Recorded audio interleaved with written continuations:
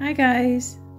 So today we're going to talk about anxiety, phobias, and agoraphobia issues in DID. So with anxiety disorders, you feel this sense of dread, like something's going to happen to you. This causes like a great dysfunctioning for your day-to-day life. And what comes along with that is fear.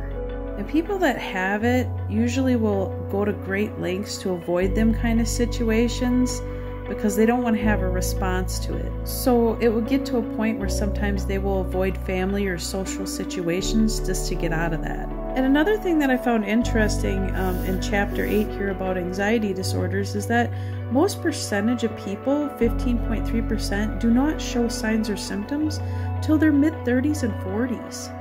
Another thing that comes with anxiety is separation anxiety, and that is basically concerning over the separation of caregivers or someone close to you.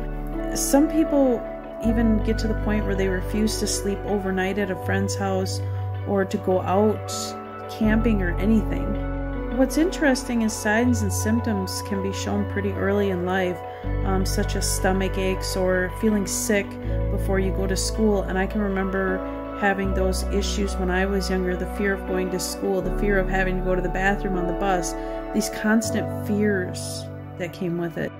And sometimes it would cause me to the point where I can remember being in 3rd grade where you're just basically socially withdrawn and you don't really want to communicate. So it also states here that children in the age range of 5 to 8 show more signs and symptoms than those that are 9 to 12. And what I found interesting was if I look in my past history, my report cards show that there's something wrong as far as like attachment issues and my grades fluctuating up and down and my social anxiety and interacting with other children was not well. So basically anxiety comes as a side symptom with DID. So next I want to talk about phobias in DID, and common phobias are things like having fears of little things like specific insects like spiders and things like that. But specific phobias are a bigger issue in DID, and people with specific phobias go to great lengths to avoid things such as certain objects or a situation that is targeted and filled with fear. And it states here a specific phobia, an irrational and unabating fear of a particular object, activity, or situation. And there are actually 4 categories that go with this, and I'm going to read them out to you. The 4 categories of specific phobias include animals, the natural environment, storms, heights, fires, blood injection injury, seeing blood, having an intense medical procedure, and engaging in activities in particular situations such as driving, flying, being exposed in a specific space. And the 5th category of specific phobias include a variety of miscellaneous stimuli or situations such as child fears of clowns or an adult fear of contracting a particular illness or approaching a particular fear from childhood.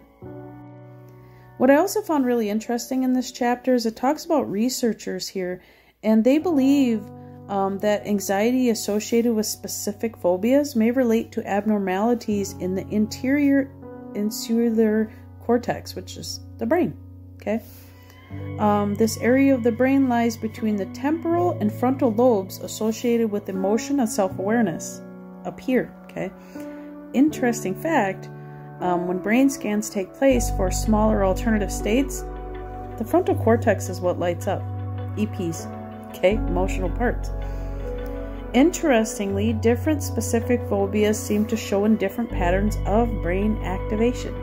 What's also interesting with phobias, as it states in this book, is you can have certain stimulus in the body, pain, and so it's leaning towards like somatic symptoms when a phobia arises.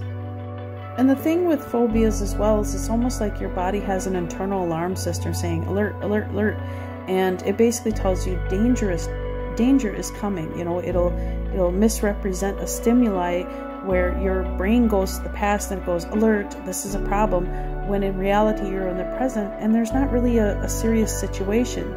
So it's a phobia that shouldn't be happening. Now, as you can see here, there's a chart here that shows imaginary and live, and these are methods to helping some of them phobias. One is called flooding and the other is graduated exposure. And it's interesting because treating specific phobia methods they want to substitute relaxation for fear through a series of graduated steps. Okay, so what they're basically saying is they're going to expose you slowly to these situations to try to bring those states down, and this will lessen your switching or alternative states from taking over. And one of the best methods for that, which is used in my therapy, is cognitive behavioral therapy. So for the last part of this, we're going to get into agoraphobia and social anxiety, because I'm going to combine them two together because they kind of go together. Anxiety is something that comes with agoraphobia, especially in social anxiety, because there's a fear of socialization. One of the issues is being scrutinized by others. There's this big fear that you can't be yourself, because if you are yourself, something's going to go wrong. Hence your anxiety rises, and an alternative state will take over to try to mimic or parrot how everybody else is reacting, so you can fit in and seem as normal as possible. There's also the desire to avoid humiliation and embarrassment. So a lot of times when you have to go to a specific party or a family function, there is this fear that if you accidentally said something wrong, like me, I have speech issues once in a while, and it will come out wrong and people will laugh, and right away I'm embarrassed and I feel shame and I don't feel right. So then it's like I want to go hide somewhere. So here it talks about the past a bit, and it says some children are more likely to develop social anxiety disorder.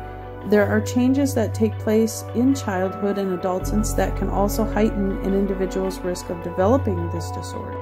So what caused my agoraphobic issues and social anxiety? Well, it started it started in childhood, because as a child, I wasn't around a lot of children. I did not get social interaction. My interaction was with the animals, nature, frogs, cats, dogs, cows, horses, you name it.